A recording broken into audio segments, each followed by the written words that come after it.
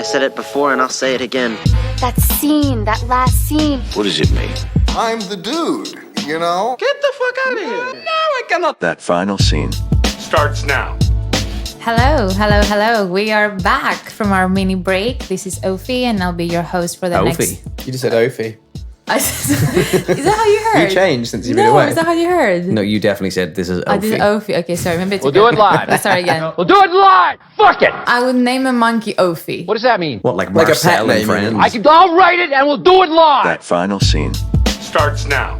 Hello, and we are back from our mini break. This is Sophie, and I'll be your host for the next hour or so.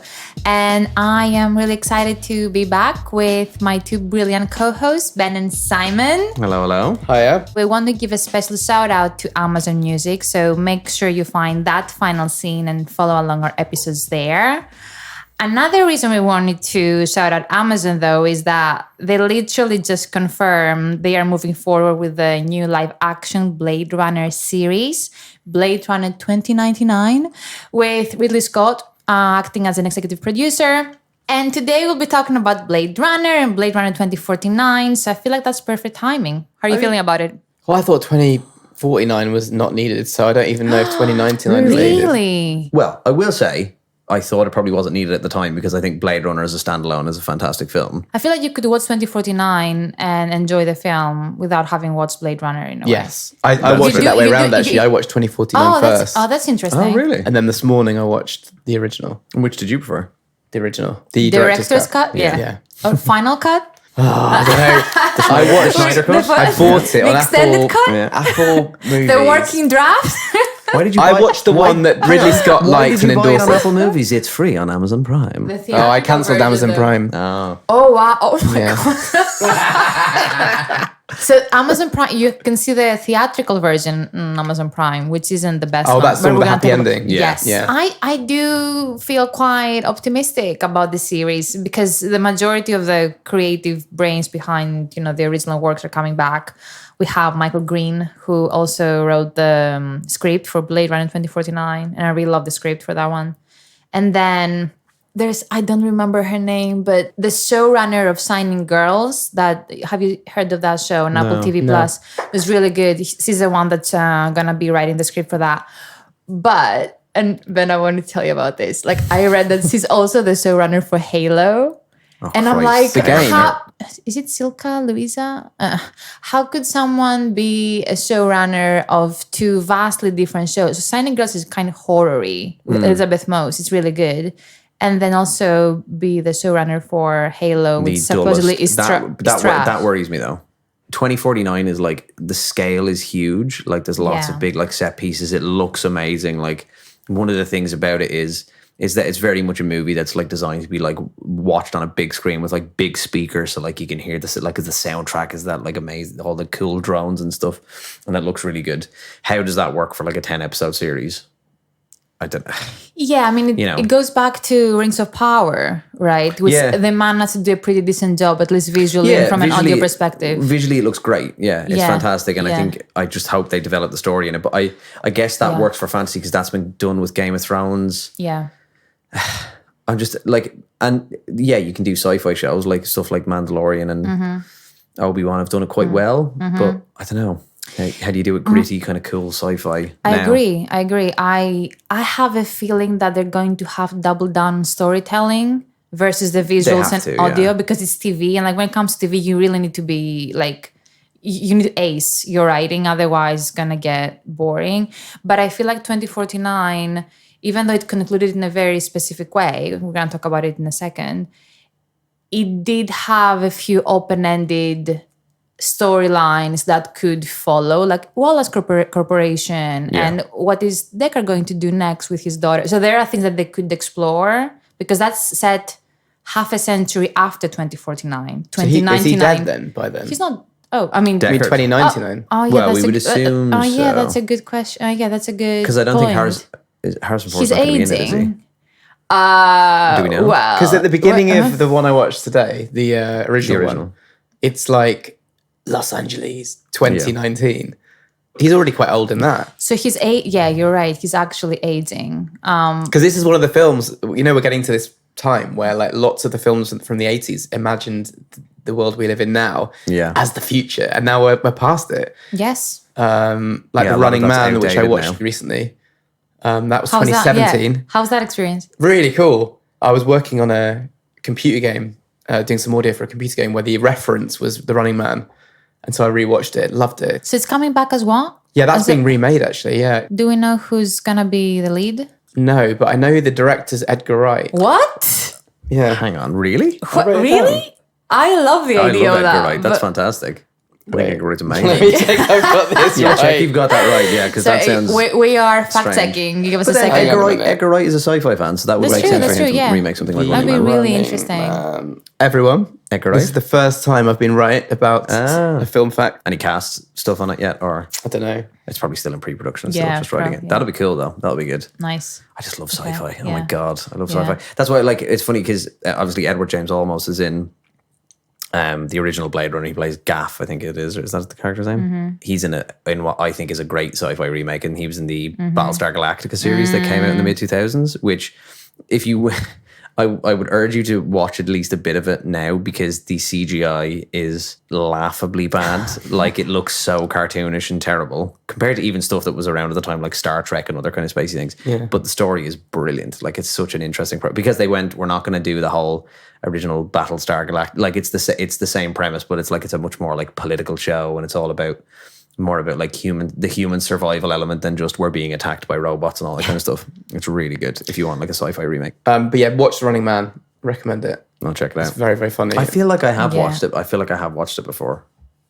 It feels like it sticks in the head there somewhere that I have. and I really think watched it was long based time on a ago. book written by, who's the famous horror author? Stephen King. Stephen King, yeah. Speaking of sci-fi book, I do want to read the book that Blade Runner is based off as well. Probably a pamphlet, judging Yeah. by the storyline of that Yeah, film. and it'll be like a pages. Scientology pamphlet about why, you know, Do I you should believe know- in the gods of Cthulhu or something. Do you know what I read earlier today that his daughter is gonna be producing the show? Oh, really? That's cool. Yeah. That's good. So Ben, Rings of Power.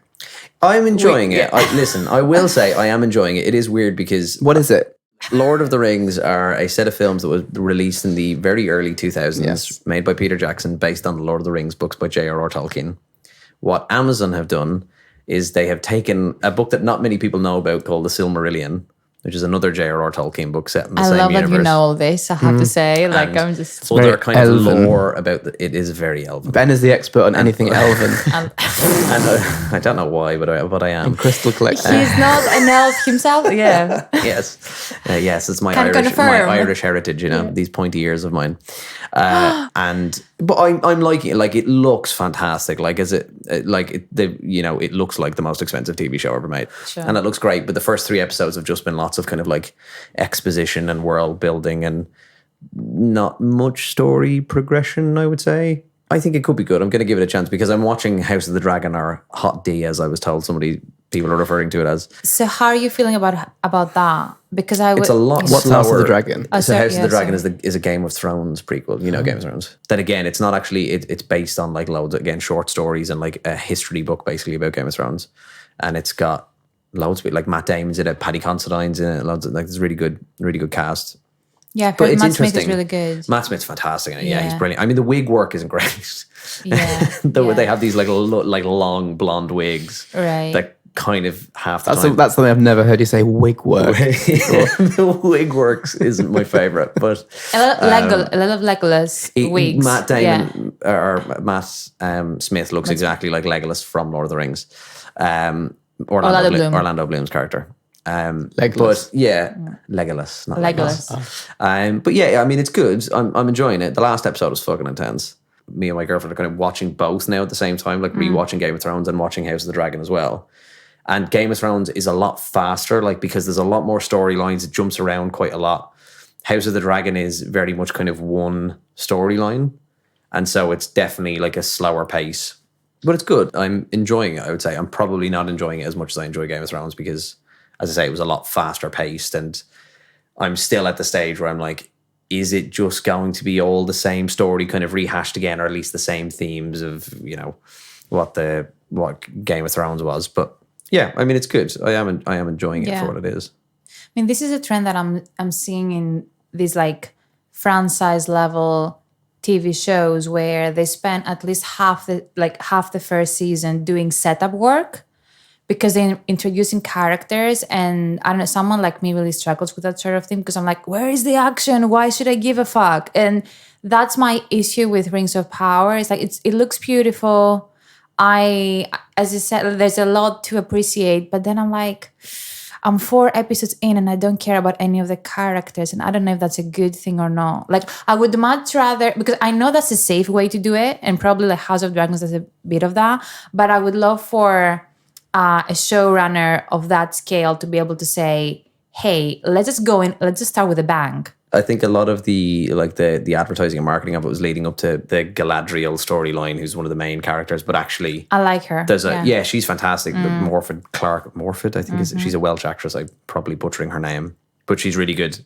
It's doing a lot of like very slow kind of building of the world and all that stuff, when actually, as someone who's seen Lord of the Rings, like I kind of already know what's going on, and like all these characters that are being introduced, and I'm like, oh well, I know who this person's going to be, and I know who you are, and yeah, it's just it's quite slow, but I'm hoping it'll pick up. And it's older. Me too, and it's early. Has it been renewed for a second season? I'm sure it will. I feel like it has, because House of the Dragon's was renewed for a second season. I think. Oh, was it? Okay. The minute they released the first episode, they went, and we're getting a season 2. Yeah. Because that's just what they do. They just wait until people. I'm sitting this one out for the moment. House of the Dragon. Yeah, because I'm like, I don't feel like watching more incesty stuff right now. I don't need that incest. It is incesty as hell. Oh my god! Is it really? The level of incest. The last episode is like next level incest. Why are you like loving describing it so much? I'm not loving describing those bits. That's for sure. Like, it's because we've both seen Game of Thrones. Like, there's a lot of it. I did watch some of Game of Thrones, and there's a brother and sister storyline. House of the Dragon's worse.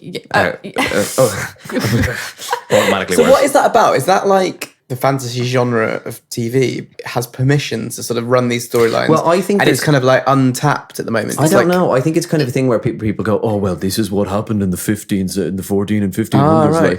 I think people try and use that as an excuse, but it's still fucking weird though. Generally, from what I'm hearing, and same thing with Game of Thrones, like there are so many, to use Simon's favorite word, problematic narratives around women. Like, I'm hearing like a lot of criticism for the prequel as well. Watching it and seeing kind of how slow it is, I'm in it now. Like, I've watched like 3 or 4 episodes, whatever it is. So I'm kind of like, I'm just going to keep watching it every week. You'd probably be better off waiting until it's finished and then try and binge watch it, because then you'll be able to like keep the pace up yourself. Yep. Obviously, I'm watching it episode by episode, so I have 7 days between to kind of sit and wait for the next thing.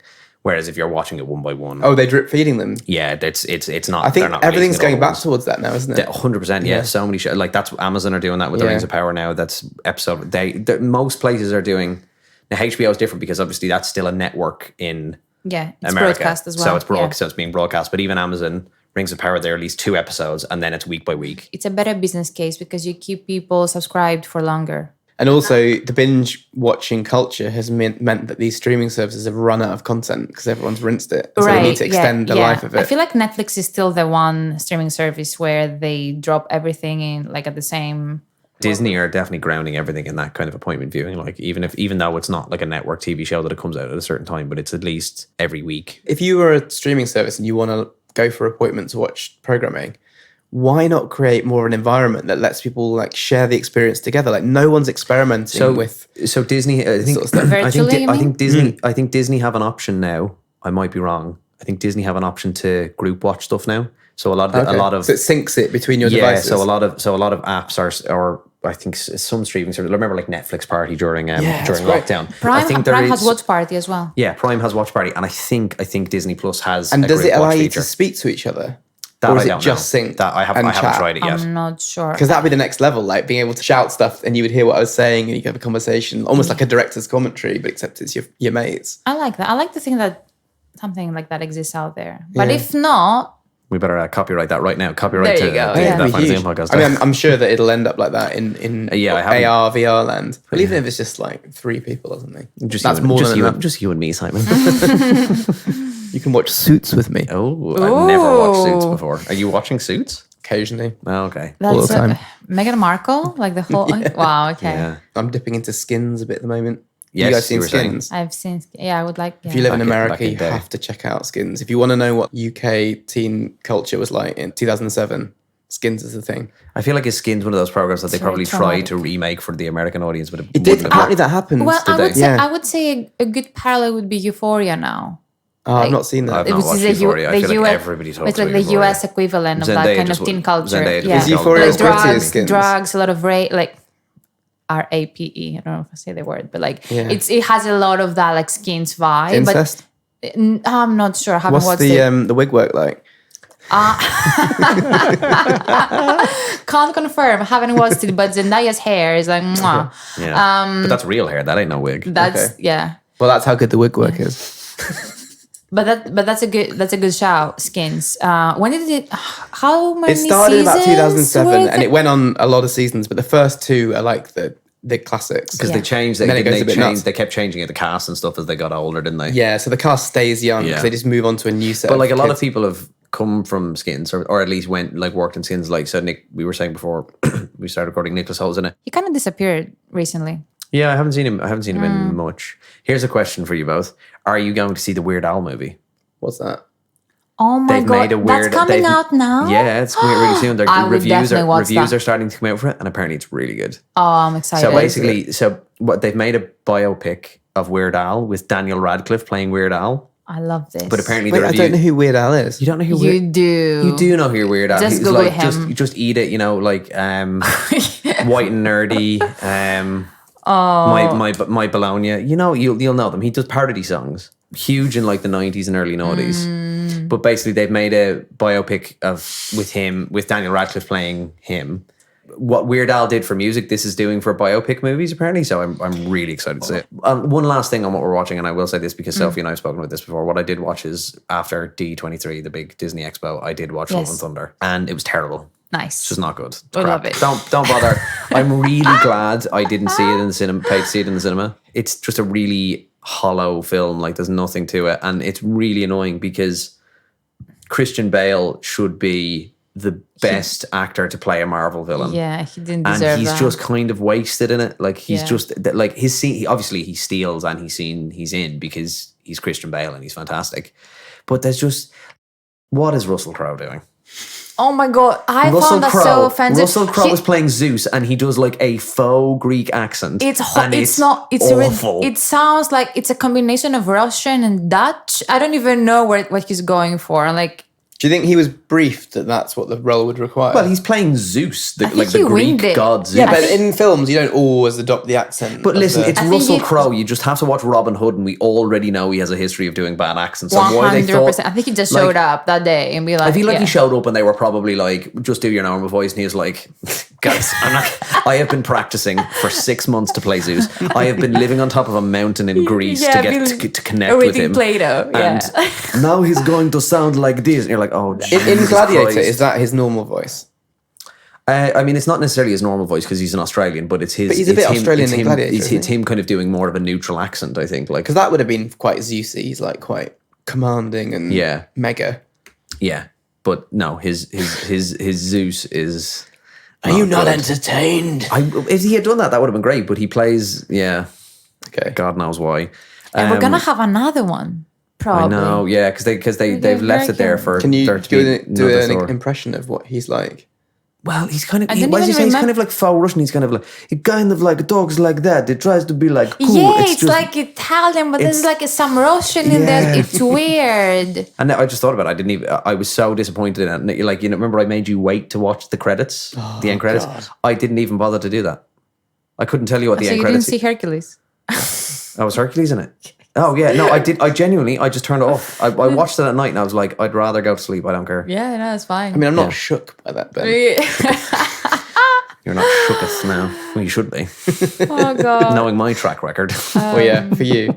For me, I was very offended. What's this? It's a movie. No! Oh, I liked it. No! Can I say something? No! I don't get it. What don't you get about it? So the question that we asked you last week is very simple, yet hard to answer in a way, because quite open-ended. If you could speak to one movie character, what would you tell them? I will start with the first one, which I think got the most likes. I would just hug Lee in Manchester by the Sea forever, and then I'd send him to a very good therapist. Have you guys seen Manchester by the Sea? No, sorry. No, it's very sad. Yeah, and I really want to see it. That's the Casey Affleck film when he won the Oscar. There was all the Yeah. controversy. Oh, wait, on I'm thinking there. of Belfast, sorry. Oh no, That's fuck a different Belfast. film. No, it's a horrible film. Oh dear. Manchester by the Sea is really good. It's really depressing. We're going to get loads of Republican hate now because Sophie said fuck Belfast. Oh God. You've turned the Irish audience against us. I'm so sorry. I'm going to watch it and report back. Manchester by the Sea. Both. It's quite a sad film. Yeah, I've heard it's a very, very sad it's film. It's very sad, but It's Oscar bait though. Yeah. Anyway, I would like to talk to Caesar from the rebooted Planet of the Apes trilogy. I'd ask him how he views humanity and is there truly a way to find a peaceful coexistence between nature and humanity? And I would hug him too, since he really seems to need one for his compassionate leadership of the apes. That's very specific. Yeah. That person who wrote that comment must have watched that film recently. Because I don't remember quite a while, Planet of the Apes. I don't remember. Okay. I would answer to Travis in Taxi Driver, yes, I am talking to you, punk, just to see his reaction. He would get punched in the face. That would be the reaction. Like there's a He British got shot. passenger in the taxi, and they're like, pardon? What? Excuse me? Pardon? I am talking to you. It's very, very rude.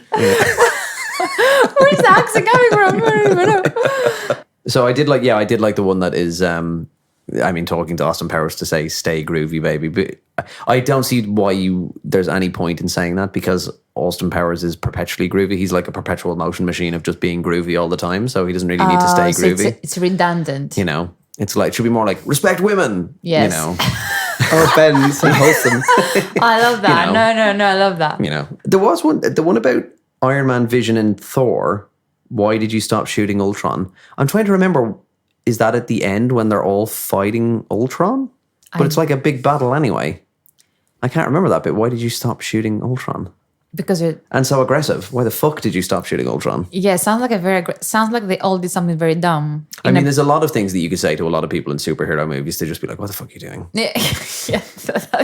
Like, why don't you just use your superpower now? Yeah. That's what I mainly say. Exactly. That's a good point. Yeah. Yeah, exactly. Why not use your superpower now? And then we can all go home and leave the cinema. Yeah, exactly. I would say to Mrs. Doubtfire, dude, this is really fucking weird. But it's also quite clever and heartwarming. So carry on. I'd tell Steve Carell not to tell the guy in Little Miss Sunshine that he's colorblind because that scene is just too difficult to watch. I'd be like, just don't tell him. He can't be a pilot. Let him find out at flight school. Don't tell him this is too hard to watch. Because oh my God, that movie. Why does he do that? He works out that they just work out that he's colorblind and he's taking a vow of silence because he's like, I'm taking a vow of silence until I get into pilot school. And then Steve Carell works out that he's colorblind and it's fucking heartbreaking. So Yeah. But then maybe it breaks his silence though. It does break his silence. Yeah, that's the thing. it's He gets fine. out of the car and Yeah. he like starts screaming and shouting. And So Paul that's the purpose. Dano actually. Yeah, he's really good in it. But yeah. I'm going to rewatch that film. I love that film. Yeah, it's so good. There's one more that I really like because I watched the film recently again. It does include a mini spoiler, so if you haven't watched Arrival, please skip the next 30 seconds. So good. Have you seen Arrival? No, It's so good. it's on my list. Okay. So I put my fingers in my ears. Yeah, maybe. Take out your earphones and put your fingers in your ears. Spoiler. Okay, I'm doing it. Okay. Yeah.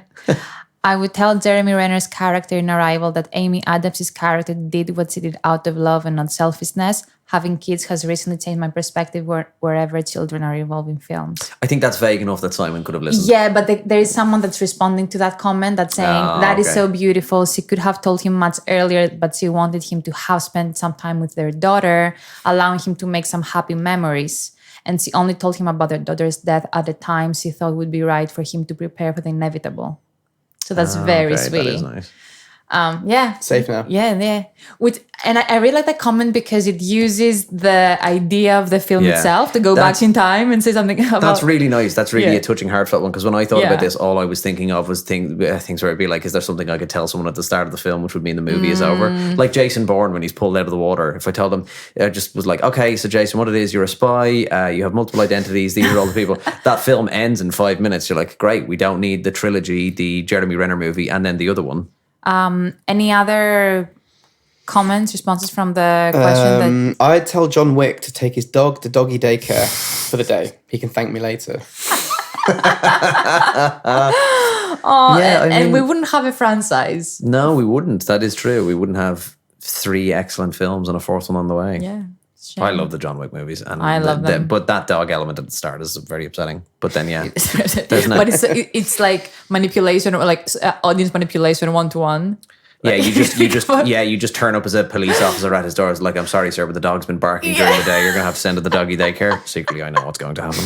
The credits roll. That's it. Yeah, That's so or just funny. go to Luke in Star Wars. He's your dad. Oh, look, a message from our sponsor. G.I. Jane 2. Can't wait to see it. Nah, yo, hold my poodle. Hey, yo, what's up? Y'all got a problem? Y'all want some of this? Without much further ado, Here we go again. Okay, final scene time. We're back. So before we get into the endings of Blade Runner and Blade Runner 2049, we actually asked our Instagram community which one they liked better, out of curiosity. And Blade Runner 2049 won. Not by a landslide. I think it was like a 60-40. Yeah. Because when I voted, yeah. I voted on the poll, and Okay. when I voted on the poll, it was like 80-20 or 70-30 or Yeah, something. you're It was like right. there was like a lot of people obviously voted early for 2049. You're right. All the Gosling hot Gosling You're right. fans out there. Which surprised me quite a lot. But yeah, If 2049 had never come out, Blade Runner still stands as one of like the pinnacle of like sci-fi movies that like even rewatching it now in the age of 2049, like with lots of special effects and much bigger, I think it still holds up really well because the story is so good. The performances in it are really good. Like Rutger Hauer's amazing in it. so good. I was going to say this, the Tears in Rain monologue at the end. I was like contemplating getting a tattoo. I was being like, will I get that like tattooed on my arm? Because I really like that like fades away like Tears in Rain. I think it's just Beautiful. like amazing. It's such an amazing speech. I've seen But you yeah. like 2049 as well, but in I a different do, way. yeah. I really like it. Just that, yeah, as you say, like in a different way. I still like really appreciate it. I think Denis Villeneuve's great. I think Gosling is brilliant in it. I was a little bit worried. I didn't really know what he was going to be like when I first went into it, but I still really like it, and I think it's really good. And they've kept, the scale of it, which is really good. And yeah, I just felt like it was more of the same, and I got really bored in 2049. It didn't hold me. Yeah, it's not for everyone. It's a 3-hour film. It's not. It's definitely too long. And having watched the original this morning, like the cinematography is incredible. Like In the it original, doesn't look yeah. dated, and also the sound design and the way it's mixed. And That's what I'm saying. It still holds up. Even the dialogue sounded amazing. Like the way they built like the reverb spaces in which the dialogue was happening. It just sounded so immersive. And what was that? In the 80s it was made. Yeah, it's the 82. Yeah, 82, and it's an amazing feat of production. And I read that when Vangelis was making the soundtrack, in those days, he wasn't able to use MIDI to basically record his instruments. So he had to play loads of the synths that he was using live. Wow. So it had to be tracked like that. And also he was tracking to tape, and which meant that every time he did an overdub, it increased the amount of hiss on the recording. Right. So he had to make sure he couldn't do many re-records because it would increase the noise on the I feel like recordings. I could lie and just like close my eyes and listen to the Blade Runner soundtrack for hours because it is just so like it's immense. But also those synths are just some of the like the kind of the brighter ones, should we say, are just like incredible. They sound so good. I have a feeling that the reason people voted or preferred Blade Runner 2049 on my page is because I have a feeling I have a lot of Denis Villeneuve super fans on my page, so they're kind of skewed towards That's fair. that, which is fair. And again, it's a very different film. I am with you. I prefer Blade Runner as well. Even though if you asked me 3 years ago, maybe I would have a different answer. But right now, I think for me it comes down to the female perspective, and I just feel like Rachel is a much more compelling and interesting character compared to Joey, Ana de Armas' character. I feel like she's just assertive, versatile, like very well written. And then I don't know, I was a bit disappointed by the way Joy was written in 2049. She's just there to hype and cheerlead. It just felt like it's like to give Kay another dimension. yeah, exactly. Like she was yeah. a means to his character's Yes. end. Like there wasn't like with Rachel where she's a very integral part of the film. And she adds to the story progression as well. Like if you take Rachel out of Blade Runner, it's a completely different film. If you take Ana de Armas out of 2049, you can still work with it. You can still work with it. Yeah, Yeah. you can still do a fairly similar job. You're just getting less kind of K at home doing his groceries. Rachel is pivotal to Blade Runner. So yeah, I feel like this is something that kind of is top of mind because I watched them recently again for the purpose of today. Which one? Both of them. For the podcast. The happy ending one or the happy ending one, unfortunately. But I did rewatch the ending of the director's and final cut as well. It's the same ending. We're going to talk about that now, actually, because there's a lot to unpack. Especially the fact that on the happy ending version, apparently some of the footage is from The Shining that they had lying around. Crazy. They just chopped into it. It's Warner Brothers Which is for quite you. funny. I like it.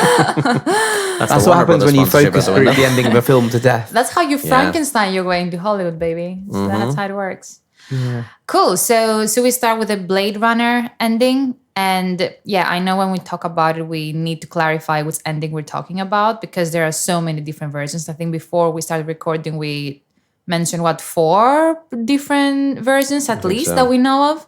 So the most critically acclaimed one is the final cut, the only version that Ridley Scott had full creative control over. Then we have a director's cut, which came out in 1992. These two are pretty similar, but final cut is even more definitive in that sense. And of course, we can't forget the theatrical, which is the one that, I watched recently. And I feel like that's the one that has the most like ill-fitting, inappropriate ending because you go full on Hollywood in the end to a film that's not Hollywood at all. Riding off into the sunset. Yeah, it kind of negates the entire mood and tone of Blade Runner because you go from, if not pessimistic, like very realistic worldview and perspective to let's fuck off to the sunset together and like we were made for each other. Funny because when you say that it's shots from leftover, like B-reel from The Shining. Yeah. You can kind of tell because it looks completely different. Like Blade Runner is really dark. It's really kind of always raining. It's always kind of dingy. And I guess they're, suggesting that it's the happy ending and all that, but it just doesn't suit it. Yeah. What did you, because you watched Blade Runner today. I watched the final cut. Oh, okay, great. But I thought Ridley Scott did endorse the final cut. Because he doesn't endorse the final cut. He doesn't endorse the theatrical cut. Yes. But then you said that before you said, Sophie, the director's cut. There's two. There's two. So director's cut. So the director's cut, he still has a lot of input in that one, but it's not the entire I think for the final cut as well, they like remastered it and stuff. It's more technical, so the final cut has more violence in there. There's a lot of like more technical bits added. They're quite similar. Yeah, this is why it's like you have a director's cut, which still, from my understanding, like Ridley Scott, he gave a lot of notes to the final product. But if I remember correctly, it was actually a film preservationist, I think that's the term for it, who actually put together the director's cut on the back of the original working draft.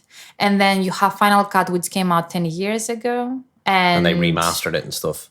When you compare the remastered one to the 2049, it looks just as good as the modern stuff. Yeah, like it's insane. Yeah, I just wanted for us to play the voiceover that's playing on the back of, which is I forgot. Yeah, that was the other big difference, wasn't it? They cut the voiceover for the directors and Final Cut because it was a bit patronizing, wasn't it? The theatrical cut's the one it's with a the bit voiceover. spoon-feedy. It's very spoon-feedy. Well, the behind-the-scenes story for that is that they started screening Blade Runner to test audiences and it started scoring very low. So they were like, oh shit, like we need to dumb this down for people because people don't even know what the origami is about. And then this is why they add B-roll footage in the end. In the 80s, was Blade Runner initially a failure or a success money-wise?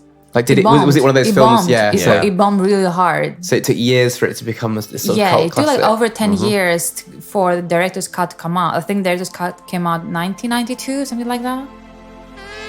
Gaff had been there and let her live.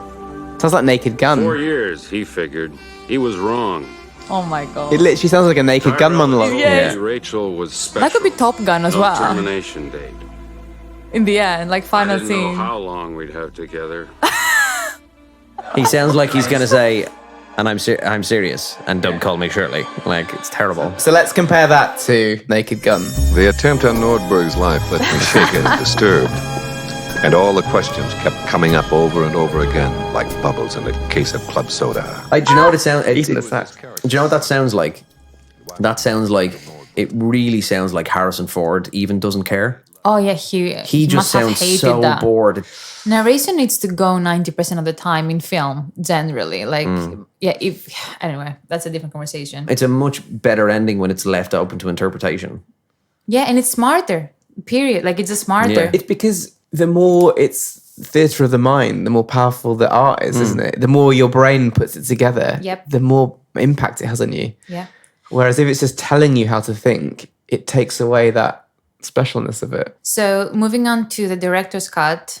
So yeah, sorry, I'm reading my notes as well, but I was right. So it was, a film preservationist that put together the director's cut in 1992. Almost like a fan cut. Kind of. I'm pretty sure, no, because he collaborated with Ridley Scott. Like he gave his input, but he wasn't like the only person involved. Again, based on the original work print. And then this new cut became the default version for many years, and then Final Cut came out a few years later. Anyway, in the director's cut, as we know, the film stops with the elevator closing. I just think of it as the final cut, just got that extra bit of polish on top of the director's cut. And it ends with a much more interesting question, like because let's assume director's cut and final cut are kind of the same. Yeah. From a narrative standpoint, there are not many changes. The difference between these two and the theatrical cut is, one, the ending, very different, and two, the final cut and the director's cut have the origami horse sequence, the dream sequence, somewhere in the middle, I believe, unicorn, where he's playing, Decker's playing the piano, and then you have like the horse running in a forest, in a foggy forest. People consider that sequence to be very important because it plays a very big part in understanding whether or why Deckard is a replicant. Because the argument is, in the end, you have Gaff leaving the origami for him to find, basically proving to him that he has access to his memories. Because the only other time we've seen the origami is in his memory. So it's like, how could Gaff know about the origami? It's not like Deckard would go around and talk about his dreams. How could he know that he's been dreaming about that origami? And it's the same narrative device that's then used in 2049 to show the K as a replicant Exactly. as well. I think it's a nice tribute what they did there. It's the small wooden horse in 2049. I mean, there's a lot of debate out there in terms of whether Deckard is a replicant or not. I'm going to play a clip from this documentary short called Decker-Rep, The True Nature of Rick Deckard. It's like 10 minutes long, and basically a bunch of people like behind the scenes talking about, debating whether he is or he's not a replicant. And, well, Ridley Scott has a very strong opinion about it.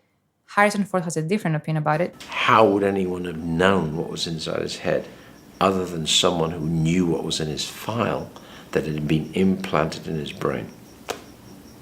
Can't be any clearer than that. You don't get it, you're a moron. Harsh. That's Ridley Scott for you. Do you guys really care that much whether he's a replicant or not? I think it's more interesting in 2049, I would say, because I think that's more of a question, because Kay's character is built a lot more on the turmoil of knowing that or not. I don't think Deckard's character I don't think that's a big part of him, whether he's a replicant or not. But a big part of Kay is, I don't know who I am, finding these memories. Why do I know what this is? And they a lot more of the narrative and the plot in 2049 is around like where did his memories come from, and then they use that to play it in. Whereas, as you say, it doesn't really bother me as much in the original because I don't, necessarily doesn't really change care it for about me. it as much. Yeah, I'm not invested as much in that question, but I think depending on what you believe or what you make out of the film kind of changes in its intention. So, for example, why is Gaff so obsessed with Deckard? Why is he following him around? Like, if you think about it, he's kind of creeping on him throughout the film, Gaff. And he's a veteran LAPD officer, right? I mean, that's the idea. Why is he so obsessed with him?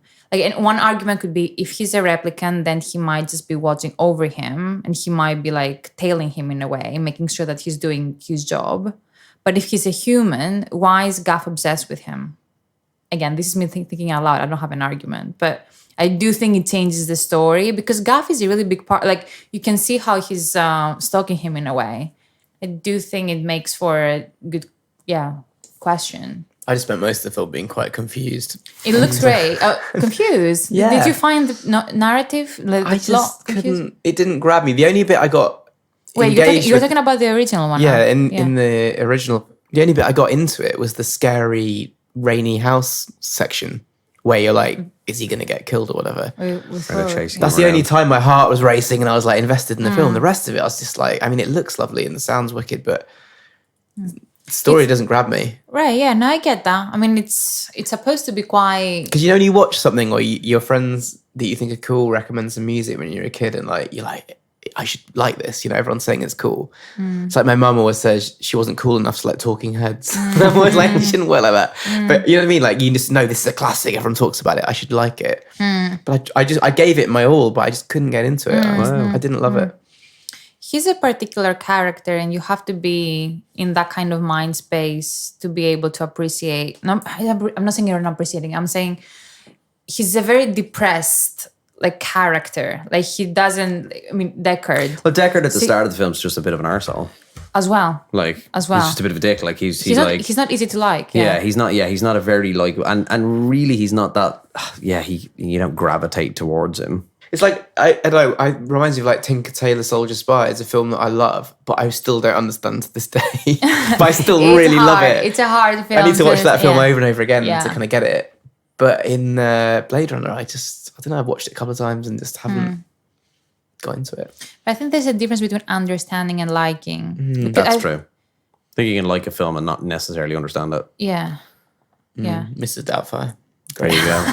No one still... Great wig work though. To this day, I still question it. I still question the wig work. Has there been an episode we've done that we haven't referenced Mr. Doubtfire? I don't think maybe so. the one, maybe Full Metal Jacket. It was just you and me. Yeah, Ben. where it was just you and maybe me. that was the one. But even where still, I feel like I might have slipped it in. in spirit. Slipped in some Doubtfire. The wig work on Brosnan's chest is fantastic. That's so funny. He does his own wig work, man. Oh god. Blew it myself. Cool. So for the 2017 sequel Blade Runner 2049, the question over whether Deckard was a replicant or not still had to be addressed. And I know, like Ben, you just mentioned that earlier. There are like they kind of touch on it through maybe indirectly through Officer K.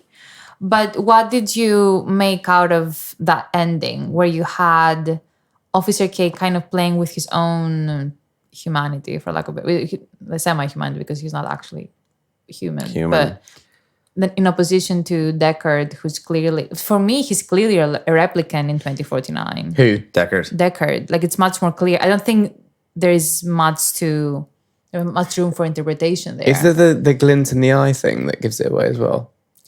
That's in the original Blade Does that not Runner. happen in The 2014? glint in the milkman's eye that the all twinkle. replicants have, yeah. Yeah, because it's like the hunter becomes the hunted in 2049. And clearly like the Wallace Corporation and the whole conspiracy wouldn't have happened if he was just human.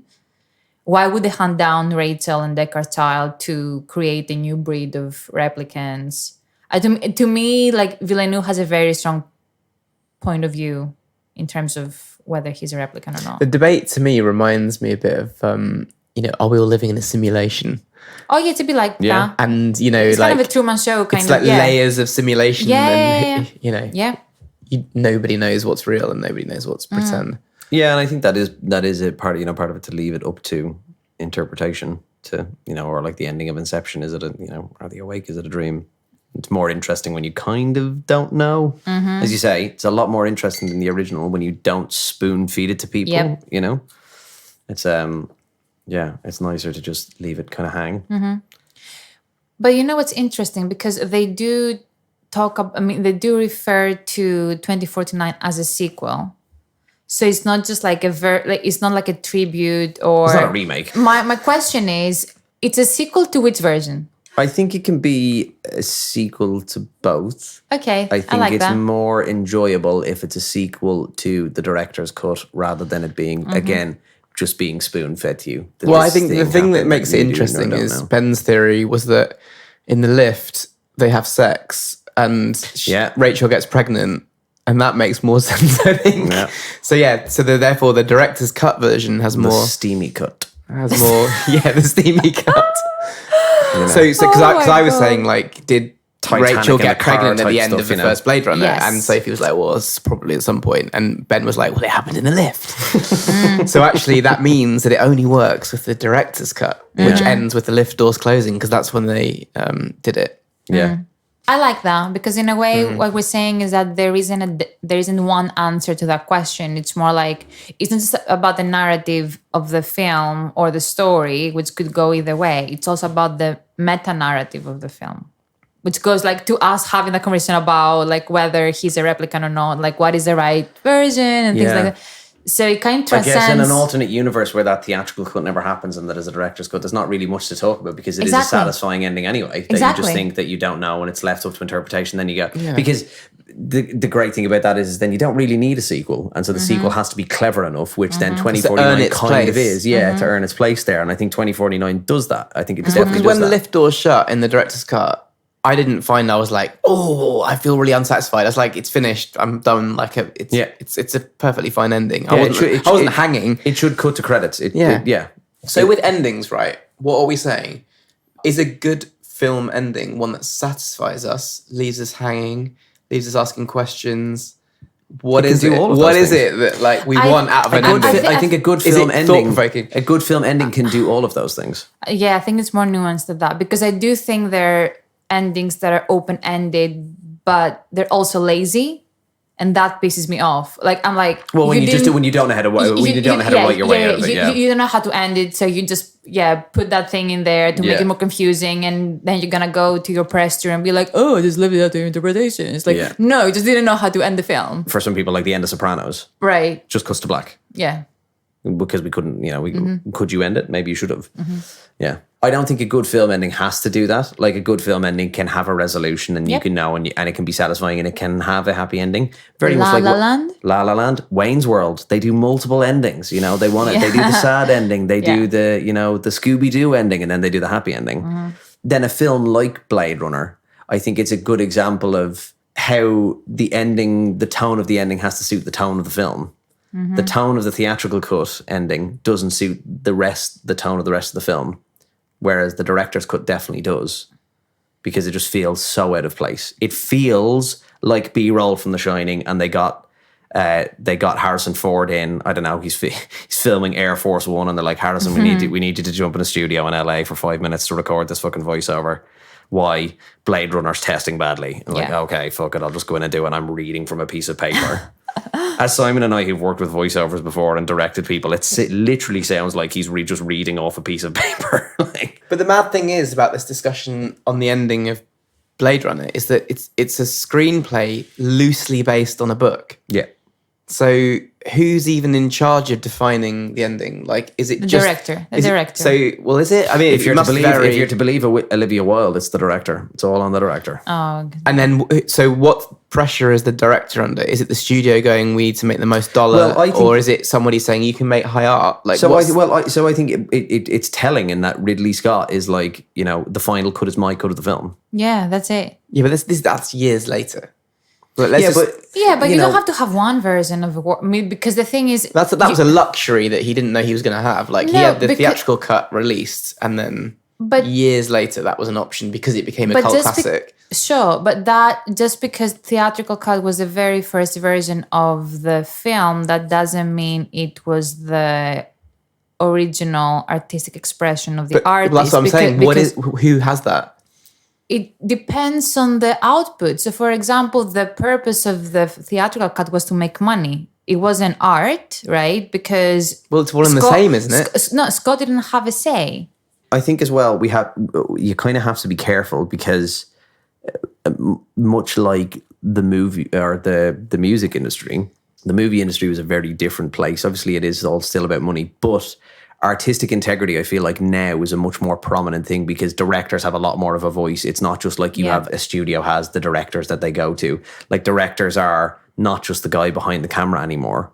They're very again, to go, as I said about Olivia Wilde, you look at Don't Worry Darling, a big part of like the release of the film and the press of the film is her thoughts and what she thinks. And if we go back to like Ridley Scott's last film, like The Last Duel, a lot of it is about what he thinks and his interpretation of it.